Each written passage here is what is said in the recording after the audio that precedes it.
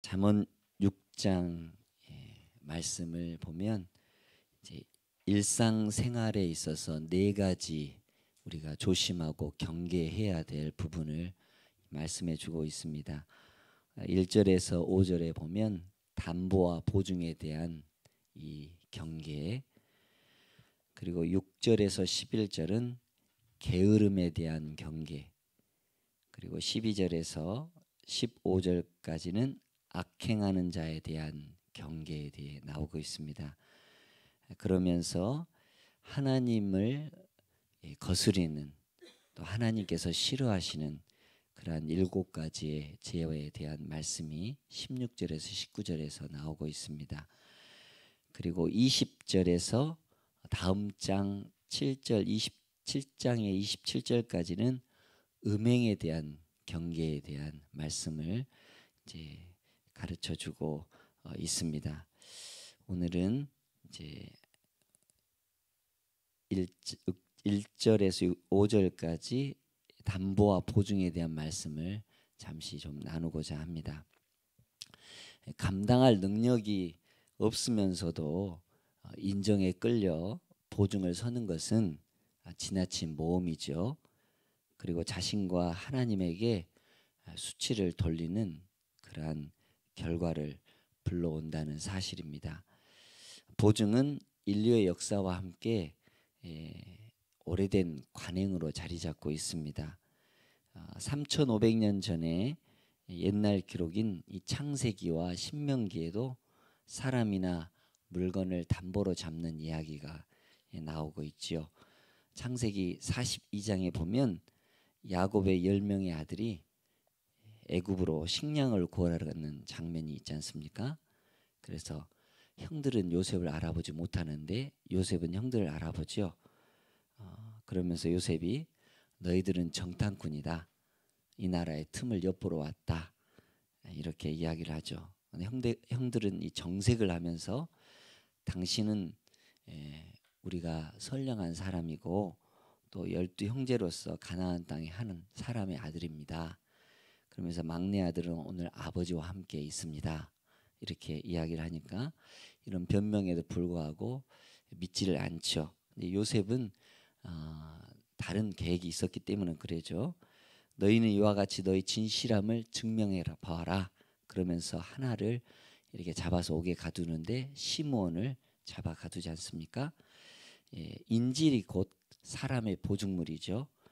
그러면서 이제 베냐민 막내 동생을 데려오기를 이야기를 하는데 아버지 야곱이 허락하지 않죠. 요셉을 잃은 것만으로도 눈을 감을 수 없는데 막내 베냐민까지 외국에 보낸다면 어떤 일이 있을 줄 모르니까, 자, 그때 유다가 나서서 자신이 책임지고 뭐라고 하죠?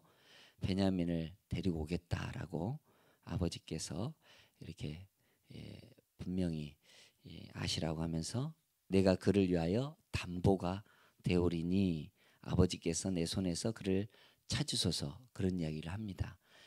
그래서 이제 어쩔 수 없이 보내게 되는데, 근데 유다 역시 이 43장 앞절에 있어서 38장에 어떻습니까? 유다 며느리 다말에게 들어갈 때 어떻습니까? 자기의 도장 또 끈, 이 지팡이를 담보물로 맡기고 그런 이야기가 나오지 않습니까? 담보물을 찾으려 했으나 찾지 못했죠. 그리고 임신한 며느리를 통해서 이 담보물을 내놓게 되었고 그는 나보다 옳도다라는 그러한 말씀이 이 창세기에 있는 걸 봐서는 뭐 담보나 보증이 옛날부터 쭉 내려온 그러한 이야기이기도 합니다. 자, 보증을 섰다가 어려움을 겪은 사람들의 공통점이 있죠. 착하고 마음이 여리고 또 정에 약하다는 것입니다. 그 정 하나 때문에 자신뿐만 아니라 어떻습니까?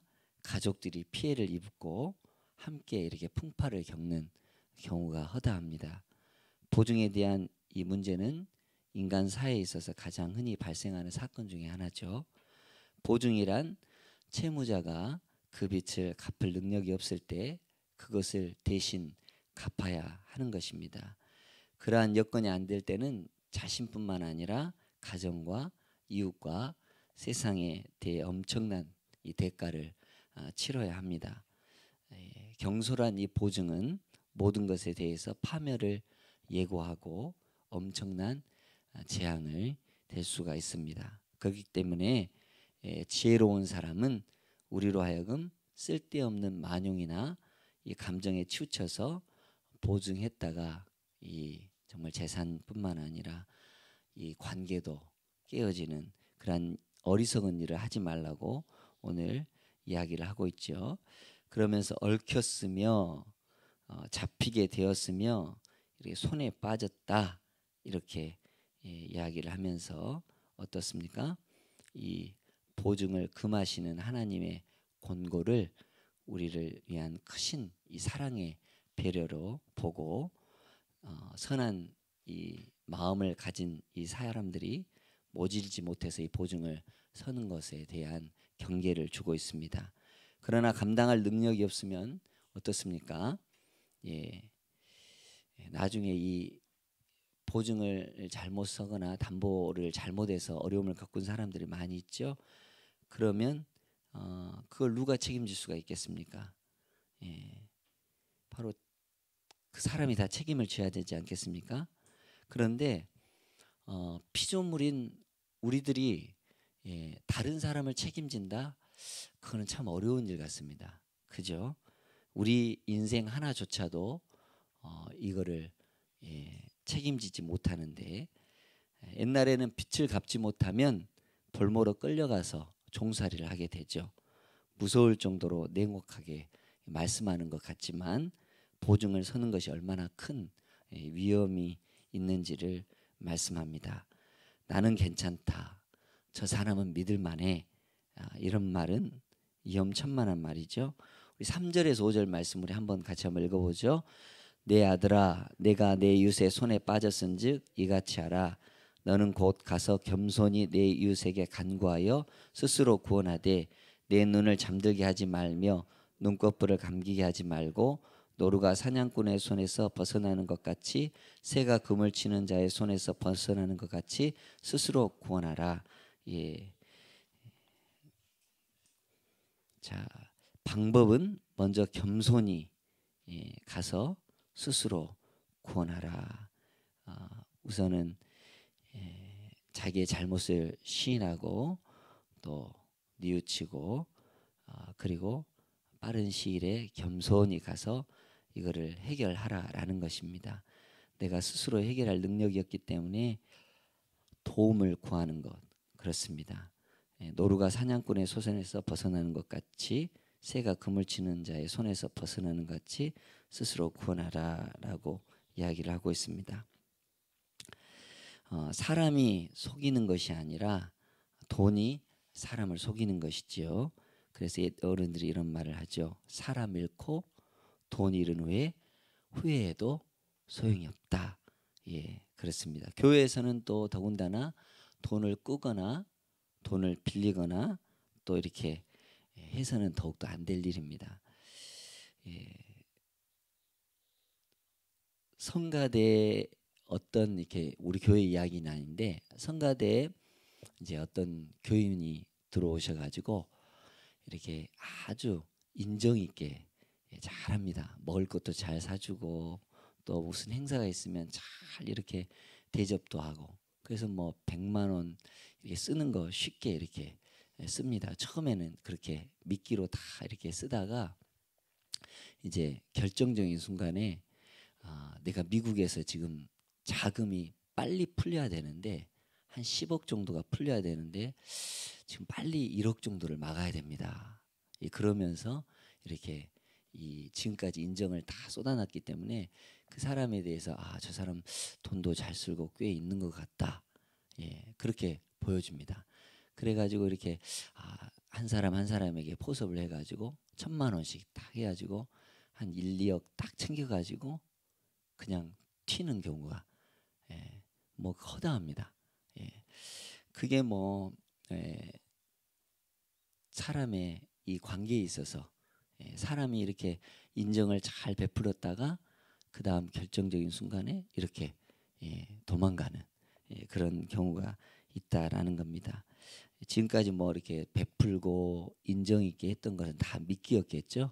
근데 사람들이 그걸 모르고 그렇게 있다가 당하는 수가 있습니다. 교회에서는 돈을 취급하는 거 참으로 하지 않아야 될 그러한 일입니다. 마찬가지입니다. 우리는 사랑의 보증을 해야 됩니다. 인간은 타인의 책임을 온전히 갚아줄 만한 능력이 없다라고 얘기했습니다. 하나님 우리를 위해서 보증해 주셨습니다.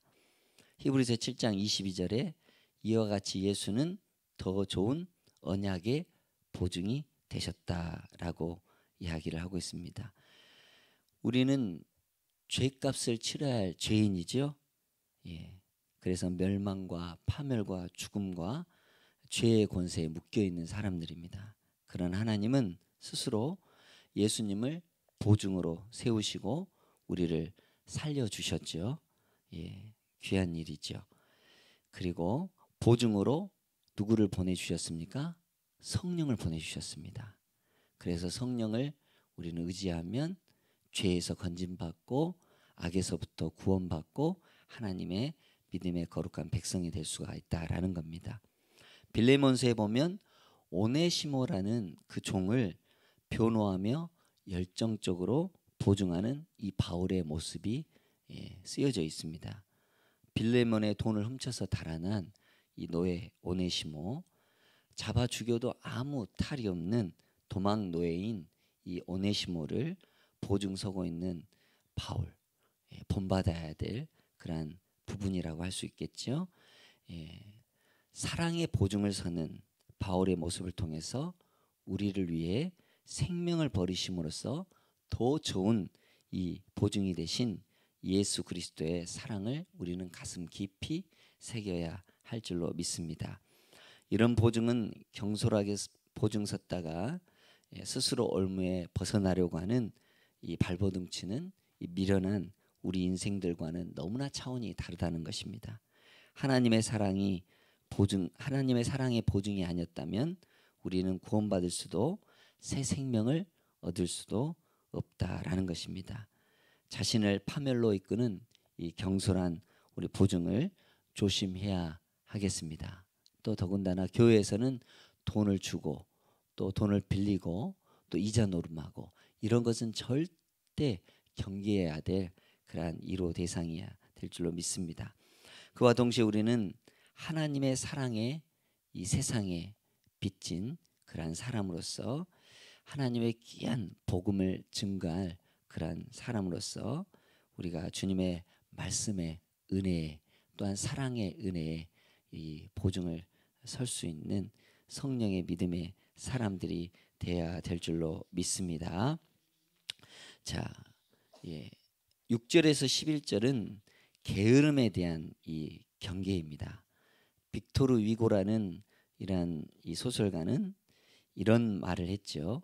게으름이라는 어머니는 강도라는 아들과 굶주림이라는 딸을 두고 있다. 아마 11절을 염두에 두고 이야기를 하는 것 같습니다. 이 게으르면 빈궁이 강도같이 오며 내 곰핍이 군사같이 이른다. 이런 말을 하고 있습니다. 그러면서 게으른 사람에 대해서 동물의 예를 주고 있는데 바로 개미를 두고 있지요. 실질적으로 개미는 되게 부지런한 동물로 우리는 알고 있지 않습니까? 그래서 게으른 자여 개미에게서 가서 이 하는 것을 보고 지혜를 얻어라. 개미는 어떤 이 우두머리나 감독이나 통치자가 없어도 열심히 일하고 근면하고 부지런히 일한다. 그러면서 먹을 것을 여름에 예비하고 또 양식을 추수 때 이렇게 모은다라고 이야기하고 있습니다. 여기서 여름 동안 예비하고 추수 때 양식을 모은다라는 것은 우리 사람으로 말하면 비전이 있다라는 겁니다. 그죠? 사람에게 비전이 없고 사명이 없으면 자칫 잘못하면 어떻습니까? 게으르기 쉽습니다. 열심히 일을 하나 그것이 어떻게 보면 비전과 꿈과 이 사명으로 가지 아니하고 잘못된 열심이 어떻게 보면 잘못된 길로 더 빨리 갈 수가 있다라는 것입니다. 우리는 예수 그리스도를 믿는 비전의 사람들이지요. 예수 그리스도 하나님 나라와 하나님의 의를 전파하는 믿음의 사람들입니다. 그리고 그 꿈과 비전과 사명은 절대 없어지지 않고 쓰러지지 않을 것입니다. 그리고 십자가가 표대가 되어서 그것을 향해 나아가면 여러분들 우리는 하루라도 1시간이라도 1분이라도 1초라도 헛되게 살 수 없는 그런 사람이겠죠. 예, 우리 예수님의 사명에 예수님의 비전에 예수님의 일에 충성스럽게 하루하루 하다 보면 그 사람은 근면한 사람이고 부지런한 사람이고 하나님과 함께 동행하는 사람이 될 줄로 믿습니다. 어느 농장에 이 딸의 결혼식이 이제 잡혀지게 되었습니다. 예, 그래서 이제 가축들이 회의를 합니다.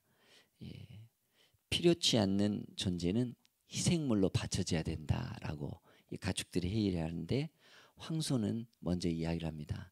나는 이 논밭에 가서 쟁기질을 하니까 절대 희생물이 될 수가 없다.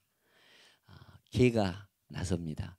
나는 도둑이 오는 것을 막고 이렇게 외치기 때문에 절대 그럴 수 없다.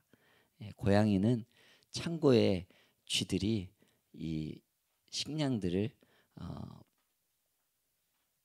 훔쳐먹는데 내가 지키기 때문에 나도 희생물이 될 수 없다. 그리고 닭도 나는 새벽에 이렇게 주인이 일어날 수 있도록 깨우는 일을 하기 때문에 나도 희생될 수 없다. 이렇게 한마디씩 다 합니다. 그런데 한쪽에서 한마디도 하지 못한 채 눈물을 뚝뚝 흘리고 있는 그런 동물이 어떤 동물이겠습니까? 예, 맞습니다. 돼지입니다. 예. 여러분들 게으른 돼지는 이렇게 나중에 이렇게 잔칫날 희생 제물이 되었다라는 겁니다. 사회 가정에 쓸모가 없는 인생이 되어서는 안 되겠죠. 게으른 사람은 절대로 남을 위해서 봉사할 수도 없는 것입니다. 게으른 사람에는 항상 후회뿐이고 우리의 인생에 있어서 성공에 있어서 게으름은 필요악입니다. 부지런해야 하나님께서 쓰시고 또 여러분들 부지런한 사람을 통해서 열심 있는 사람을 통해서 하나님은 일을 이루어 나가시는 거예요. 하나님은 쉬지 않고 일을 하시는 분이시지요. 이 세상 구원을 또한 이 세상 많은 사람들이 죽게 돌아오기를 주님은 쉬지 않으시고 그래서 낮에는 밤에는 졸지도 주무시지도 않고 지켜주시는 분이시죠. 우리는 뭐 육신인지라 피곤하기 때문에 잠도 자고 그러지만 우리가 이 눈이 떠 있을 때 어둠 밤 쉬 되리니 내 직분 다하여서 최선을 다해서 주님의 일을 하고 주님의 영광을 위해서 일하는 믿음의 거룩한 분들이 되시기를 바랍니다. 자, 16절에서 19절에 보니까 하나님을 거스리는 7가지 죄, 12절에 불량하고 악한 이런 사람들 어떻습니까? 무익한 사람들입니다. 불량하고 악한 사람은 가치가 없는 사람들입니다. 예, 그렇죠. 선하지 않기 때문에 자, 그런데 하나님께서 미워하시는 이 행위들을 신체의 각 부분과 연결해서 이야기를 하고 있죠. 교만한 눈, 제일 먼저 등장하죠. 교만이 모든 죄의 근본이기 때문에 그렇죠. 예수님도 산상수훈을 말씀하실 때 제일 먼저 뭘 얘기합니까? 심령이 가난한 자는 복이 있다. 심령이 가난하다는 것은 겸손하다는 겁니다. 그죠? 하나님과 가장 원수가 되는 게 뭡니까? 교만입니다. 예, 그렇습니다. 교만한 눈을 경계해. 그다음 거짓된 혀, 뭐 거짓말을 얘기하는 것이죠. 세 번째 무죄한 자의 피를 흘리는 손, 악한 계획을 꾀하는 마음, 악으로 달려가는 발, 거짓 증인, 형제를 이간하는 자. 예, 그렇습니다. 마귀의 역사는 처음부터 나누죠. 예, 사탄과 하나님과 사탄은 이 하나님과 이 사람 그리고 사람들의 이 관계를 단절시키기 위해서 이렇게 이간하고 분리하고 그러죠. 그런데 예수 그리스도는 하나 되게 하기 위해서 스스로 십자가에서 화목제물이 되어 주셔서 하나님과 화목하게 하신 분이라는 사실을 우리는 기억해야 될 줄로 믿습니다. 어디를 가든 화평케 하는 사람, 어디를 가든 피스메이커, 이런 사람을 하나님은 기뻐하신다는 사실을 우리는 기억해야 될 줄로 믿습니다. 오늘 우리가 20절에서 23절 말씀을 읽었습니다. 계속해서 솔로몬은 내 아들아, 내 아들아, 내 아들아 하면서 이렇게 짤막짤막하게 교훈과 지혜와 명철과 총명이 되는 말씀을 주고 있습니다. 그런데 이제 내 아들이라는 이 표현은 어떻습니까? 그냥 이스라엘 백성들 이 전체를 이야기하는 것입니다. 그러면서 아비의 명령을 지키고 어미의 법을 떠나지 말며, 그렇습니다. 부모의 말을 잘 듣는 자녀들, 지혜로운 자녀들이죠. 그것을 항상 마음에 새기고 목에 매라. 항상 같이 내가 다녀야 될 곳에, 내가 행해야 될 곳에, 내가 말해야 될 곳에, 실천해야 될 곳에 이러한 하나님의 말씀과 법이 있으면 절대 실수하지 않는다는 겁니다. 보증도 그렇고 또 죄악도 그렇고 그러죠. 이 세상에 우리를 넘어뜨리게 하고 우리를 이렇게 유혹하는 것들이 얼마나 많습니까? 그런데 하나님의 말씀이 내 안에 있으면, 하나님의 말씀이 나를 이끌어 주시면, 하나님 말씀이 내 길에 빛이 되어 주시고 등이 되어 주신다면 그것은 생명길입니다. 사망으로 가는 길이 아닙니다. 결국은 하나님께서 주시는 생명의 길이라는 사실. 그래서 내가 잘 때 너를 보호한다. 잠을 자도 편안하게 잠을 든다라는 겁니다. 불안하거나 두려운 것이 아니라 잠을 자도 평안하게 자기 때문에 골수가 윤택하고 어떻습니까? 뼈도 양약이 되고 우리 몸도 더 건강해진다라는 겁니다. 그리고 내가 깰 때 너와 더불어 말하리니, 우리가 자기 전에 하나님의 말씀을 묵상하고 하나님, 이렇게 하나님과 내가 이렇게 동행하기를 원합니다. 하나님 말씀대로 순종하기를 원합니다. 그렇게 그 말씀에 이렇게 잠이 들면 이렇게 일어날 때도 그 말씀이 우리를 이끌어 주신다라는 것입니다. 그래서 여러분들의 삶에 등불이 되고 빛이 되고 생명이 되는 이 말씀을 꼭 붙들고 하나님의 말씀 가운데 순종하며 나아가는 은혜가 있기를 바랍니다. 음란에 관한 것, 음료에 관한 것은 내일 7장과 함께 더불어서 연결이 되기 때문에 이 말씀은 내일 또 나누기로 하겠습니다. 기도하겠습니다.